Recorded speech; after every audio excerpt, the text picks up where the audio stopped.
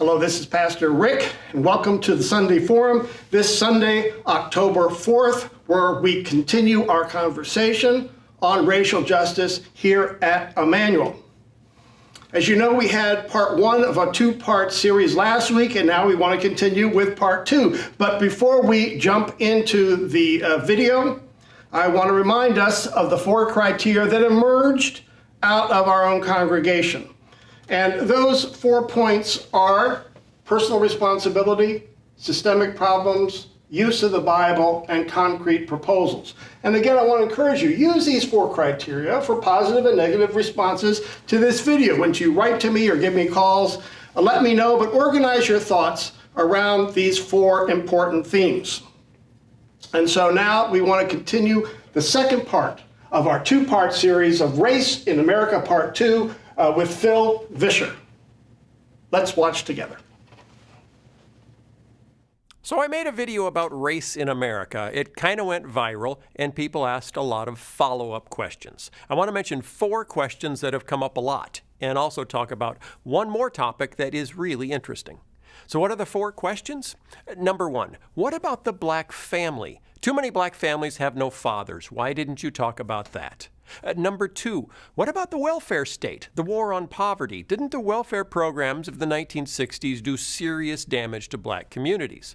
Number 3, why do you say we did this? I didn't do any of this stuff.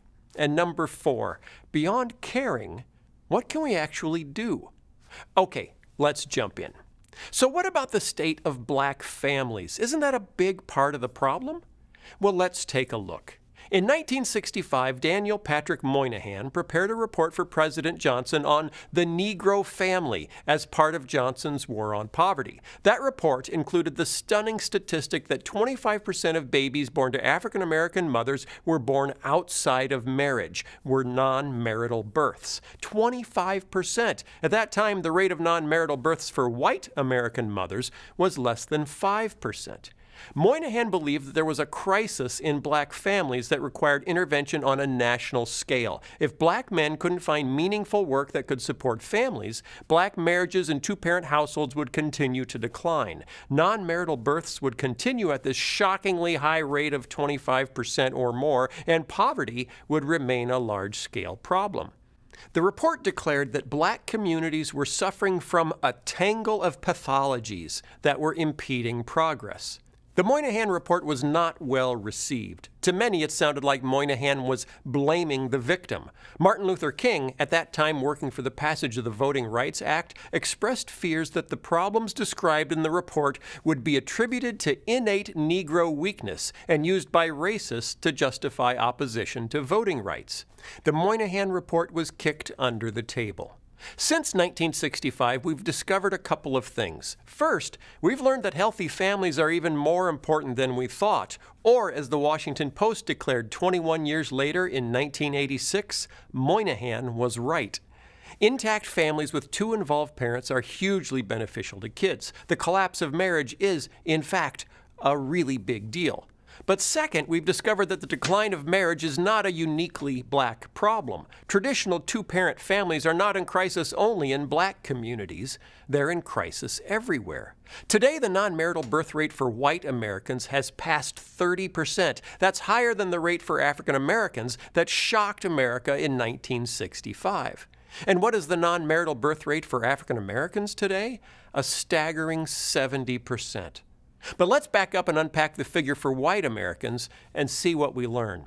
According to data from the CDC, the non-marital birth rate for white women with college degrees is less than 5%, exactly where it was for all white women way back in 1965.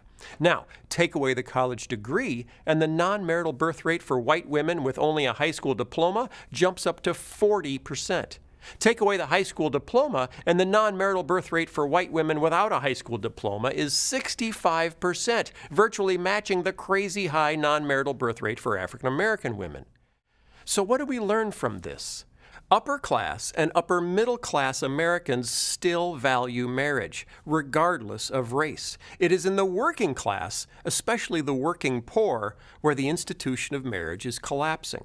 But why are the overall numbers so much worse in African American communities? Because African Americans are 2.5 times more likely to be living in poverty than white Americans. And the non-marital birth rate among African Americans was already 16 points higher than among white Americans way back in 1940. So African American communities started at a much higher rate. Since 1965, the non-marital birth rate has actually been growing at a faster rate among white Americans than among black Americans. Marriage isn't collapsing in black America, it's collapsing in working class America. Now, why marriage is in crisis among the working class is a tricky issue, but think about it this way. You're a working class boy growing up in a working class neighborhood. You see your dad go to the steel mill or the car factory or the coal mine every day and come home with a paycheck to take care of his family. You assume you will grow up to do the same. Then the steel mill closes, the car factory moves overseas, the coal mine shutters. How can you do what your father did? How can you take care of a family? That's what you've seen men do your whole life. That, as far as you can tell, is what it means to be a man. And you can't do it. And the whole pattern, school, job, marriage, children, breaks. Whether you're African American on the south side of Chicago or working class white in Ohio or West Virginia, what you've always assumed you would do, grow up to be a man like your father, is suddenly undoable. You lose hope. And if this repeats for another generation or two, pretty soon there are little boys growing up in these communities with zero memory of a time when men went to work with their hands and came home and built families. The chain is broken. The institutional knowledge of marriage and family is lost. This is an incredibly hard problem to address, and today it is becoming as big an issue in working-class white communities as it has been for several generations in working-class black communities. Without the hope of being able to support a family, men give up on the idea of fatherhood, and families collapse. When the Moynihan Report was issued in 1965, just as Dr. King feared, many Americans took it as a sign that African Americans were somehow morally inferior, irresponsible. They've abandoned God's design for families, we said, and now they're suffering the consequences. Was there something unique about African American morality that created the breakdown of families? Interestingly, there's another ethnic group in America that matches African Americans on almost every metric. Unemployment for this group is even higher. Non-marital births are nearly as high. Single-parent homes nearly as high. What ethnic group is it? Native Americans. Think about it. These are the only two groups of people that weren't given a choice whether or not to live in white America. The only two groups that have been actively and consistently treated unjustly by European settlers since before there even was an America. And today they are the two groups whose communities are marked the most by poverty, unemployment, and addiction. Is it just a coincidence that we see the most dramatic breakdown of family structure in the two communities that have faced the most historic injustice? The other reason I didn't bring up family structure in my video on race is because on the surface it seems like an easy fix. Simple. If you don't want to be poor, get married. Do things in the right order. And there is truth in that. But what's killing families in working-class America, including white working-class America, isn't unwillingness to do things in the right order. It's hopelessness. Yes, two-parent families are much better for kids. The data on that is clear. But the root of the problem isn't irresponsibility. The root of the problem is that we have millions of men who do not believe they can do what their fathers and grandfathers did: go to work, bring home a paycheck, support a family. The root of the problem isn't a loss of responsibility, it's a loss of hope. Children need dads, and dads need to believe they live in a society where it is possible for them to succeed. Moynihan's phrase, "a tangle of pathologies," is the most quoted line from his report on the black family. But he said something else that has been largely forgotten, something as true for Native Americans as it is for African Americans. 3 centuries of injustice have brought about deep-seated structural distortions in the life of the Negro American. The cycle can be broken only if these distortions are set right. 3 centuries of injustice have brought about deep-seated distortions that need to be set right. It's tempting to say, just get married and everything will be better. but undoing the impact of 3 centuries of injustice that was enforced by violence, is way more complicated than that. We need to resist overly simplistic solutions to very complicated problems. Second question, isn't the welfare state responsible for the mess we have today? I've had people point to the welfare policies of the 1960s, President Johnson's war on poverty, and say, that's why African Americans are poor. Or, that's why African Americans are unemployed. Or, that's why African American families fell apart. If the government hadn't tried to help, they'd be doing much better. Today, we sometimes use this to argue against any additional government intervention on behalf of black communities, because we tried it in the 60s and it only made things worse. So is it true? Did the war on poverty make things worse? Let's take those questions one at a time. The first one is easy. Did the welfare programs of the 1960s increase black poverty? Well, in 1959, the poverty rate for black Americans was 55%. More than half of all African Americans lived below the poverty line. By the end of the 1960s, after the implementation of Johnson's policies, the poverty rate for African Americans had dropped to 32%, almost by half. Now, that's not necessarily because of Johnson's policies. The 1960s was a decade of growth in American manufacturing and a period where many black Americans moved from low-paying agricultural jobs in the South to higher-paying factory jobs in the North. So the reduction in poverty isn't necessarily a result of the new policies, but the argument that the war on poverty increased poverty is plainly false. Did the war on poverty increase black unemployment? Well, that's really hard to say one way or another, since we didn't start keeping track of black unemployment until 1972, after the policies were in place. But since 1972, black unemployment has tracked fairly tightly with white unemployment, just typically twice as high. When white unemployment goes down because the economy is growing, so does black unemployment, and vice versa, with the exception that recessions that affect white Americans generally affect black Americans much more. But there is no evidence in unemployment data that the welfare policies of the 1960s are responsible for higher black unemployment today. So what about family breakdown? Well, this one is trickier. Americans have always been rugged individualists. We've always believed that any able-bodied man should be able to provide for a family, and we tend to look down on men who can't. Because of this belief that men should be able to provide, most of the welfare policies of the 1960s were written with a no man in the house clause, meaning if a benefit was offered to a poor family, the family was immediately disqualified if there was an able-bodied man living in the household. The problem was that even though many black fathers were able-bodied, many were also poorly educated. And as unskilled manufacturing jobs began disappearing to the suburbs or overseas or to automation, there simply weren't enough jobs left that could allow an unskilled laborer to support a family. So if a black father was unable to find work that could support his family, the only way his wife and kids could receive assistance, surplus government cheese and peanut butter, for example, was if he literally walked out the door and abandoned them. This would be an example of unintended consequences, and yes, it probably did have an impact on the increase in single-parent households in working-class communities. But remember, the high non-marital birth rate that shocked America in 1965 was recorded before Johnson's welfare policies had gone into effect. Did the welfare programs of the 1960s have some unintended consequences that affected black families? Yes. Did they create the situation we find in black communities today? No. Most of the trends we see today were established before the war on poverty. The notion that inner-city African American communities were doing just fine until the government came along and messed everything up is entirely false. We forget sometimes that when Johnson launched the war on poverty, the majority of impoverished Americans were white. The majority of the money spent on benefits to the poor went to white families, typically rural white families. And yet today, when we think of welfare, we think almost exclusively of black families in urban America. Why is that?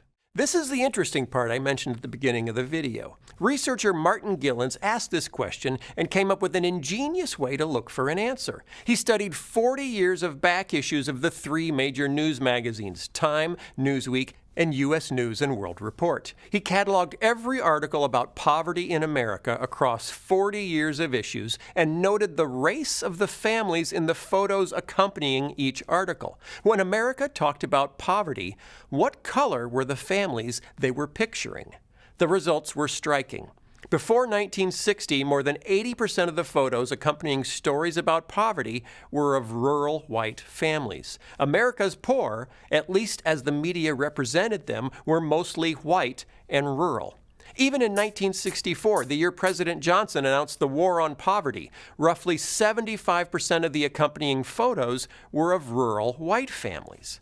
Then something happened. The very next year, in 1965, pictures of poverty in America were suddenly 50% black. 2 years later, in 1967, photos of poor Americans in the 3 major news weeklies were 70% black. So what made the change? Was there a sudden explosion of black poverty?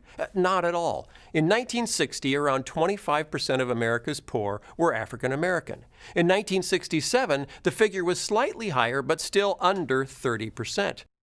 So there weren't more poor black Americans. Instead, what had changed was a new focus by civil rights leaders on economic justice, with a burst of news stories accompanied by pictures of impoverished black Americans, and a focus on the state of inner cities brought about by an explosion of protest marches and riots. The news about poverty had swung in just 3 short years from being predominantly about rural whites to predominantly about urban blacks.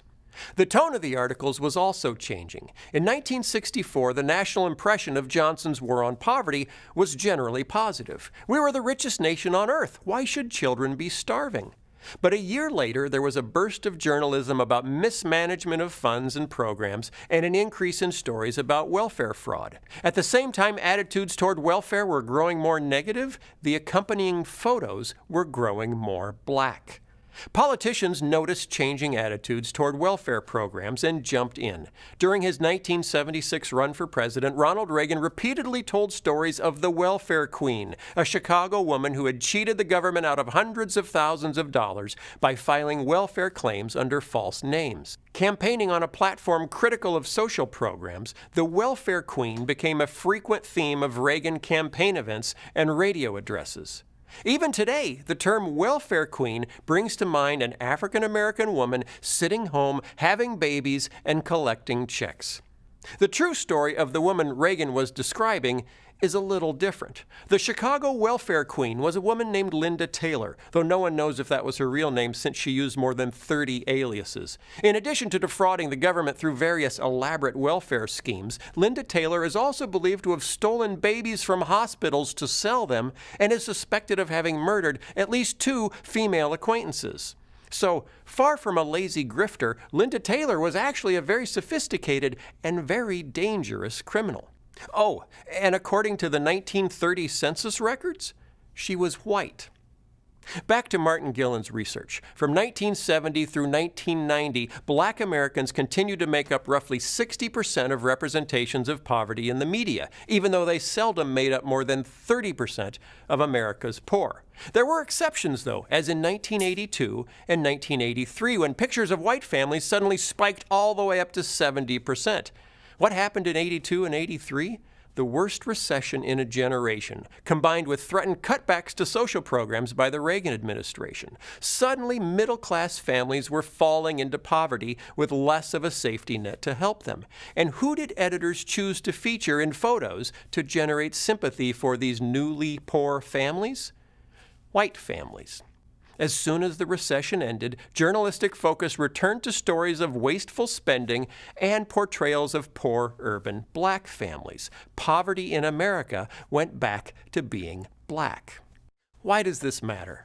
Because poverty in America isn't a uniquely black problem. To this day, African American families make up less than 30% of America's poor and receive only about a third of government spending on poverty programs. 70% of our spending goes to white and Latino families. Yet when we think about helping the poor, we think of handouts to African American mothers with multiple kids and no husbands living in the inner city. Why? because those are the images we've been shown over and over. And here's the sad reality of lingering racism in America. The more we think of poverty as a black problem, the less we want to help. It isn't us, after all, it's them. And very old tropes about African Americans being lazy and irresponsible, remember the vagrancy laws, rear their ugly heads to make us less compassionate about America's poor. And as Christians, called time and time again in Scripture to care for the poor, this is nothing less than tragic. Third question, and this one's short. Why do you say we did these things? I didn't do any of these things. I didn't own slaves or redline neighborhoods or push for mass incarceration. So what's with the we? We defeated Hitler.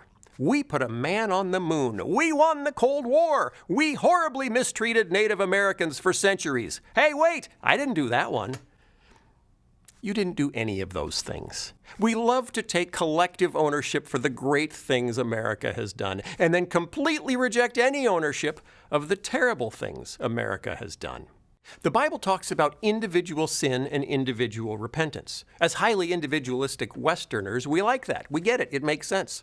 But the Bible also talks about societal sin and societal repentance. Multiple times in the Old Testament, we see all of Israel, the people of God, called to repent for sins they did not all commit. In Daniel 9, we see Daniel repenting for the sins of his forefathers, sins he did not commit. In Nehemiah 1, we see Nehemiah doing the exact same thing.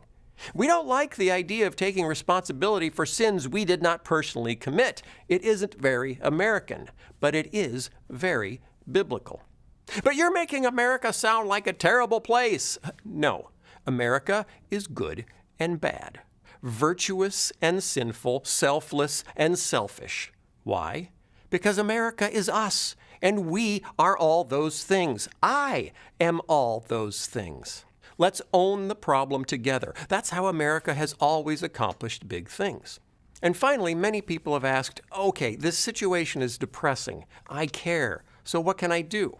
And the problem, the after effects of 400 years of racism, does seem too big to solve. But many things have been tried, and we know some of them work. For example, preschool. We know that access to free preschool has a dramatically positive effect on low-income children. Any effort to provide preschool to disadvantaged communities should be supported by all of us.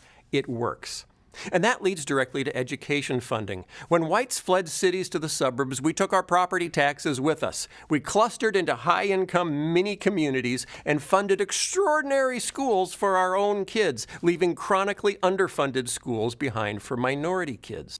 There have been many efforts at local, state, and national levels to try to balance funding between wealthy and poor school districts. We should support those efforts, even if they make our extraordinary schools ever so slightly less extraordinary. We need to support efforts to train more African American teachers. We mentioned in the last video that due to unconscious bias, gifted black students are half as likely to be recommended for gifted programs if their teacher is white. The presence of even one black teacher during the school years of a black student has a demonstrably positive impact on that student's educational outcome. Why are there so few black teachers? Because when schools were integrated in the 1950s and 60s, students were integrated, but teachers were not. Because many white parents refused to allow their children to be taught by black teachers, thousands of black teachers lost their jobs. The ranks of black teachers in America were decimated and have never fully recovered. We need to change that. We also need to support efforts to provide mentors and role models to low-income kids. We need to encourage, not penalize, marriage. And finally, there are little things that we can all do. In the Old Testament, Nehemiah was able to get Jerusalem's wall rebuilt because he was in a position where he could use his influence to make a difference. Some of us are in positions or have resources that allow us to make a difference too, not as saviors, but as allies. For example, my mother is a retired college professor. Our lives fell apart when I was 9 and my parents split up. For several years, we ended up living below the poverty line. But we had a house, and she was able to use that equity to move us to a suburb of Chicago with great schools and ample opportunity. Our house funded our second chance. Realizing how much home ownership had helped us, she recently wrote a check from her retirement fund that gave an underprivileged family in one of Chicago's poorest neighborhoods the down payment towards their first house. Our church was so inspired by that idea that they're setting up a program partnering with an inner city ministry to do the same thing on a larger scale. Not saviors, allies. A home, an education, an opportunity changes the course of a family. Change the course of enough families, and you can change the course of a community.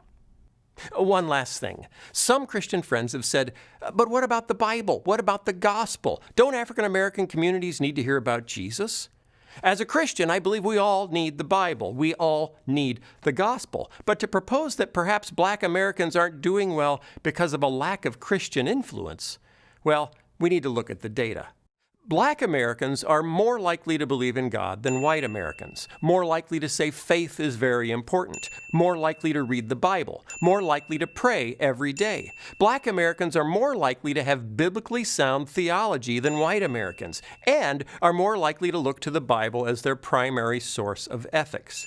In other words, if we're looking for the most devoutly Christian group in America, that group isn't white. So let's summarize. Families are in trouble, not just in Black America, in all of America, especially among the working class. This is an extraordinarily difficult problem to address, but there are churches and ministries trying to do just that, and we need to support them. The welfare programs of the 1960s had some unintended consequences, but they did not create the problems we see today. Let's not use that as an excuse to not help. I say we did this because those of us in the majority have been in the majority since the very beginning. The policies that created inequality came from the majority, and any big changes needed to address that inequality will need the support of the majority. That's us. And finally, you can do things to help. Big things, little things. The impact of historic racism still echoes in America, harming millions of lives. It is a problem. Let's make it our problem, and let's do something about it.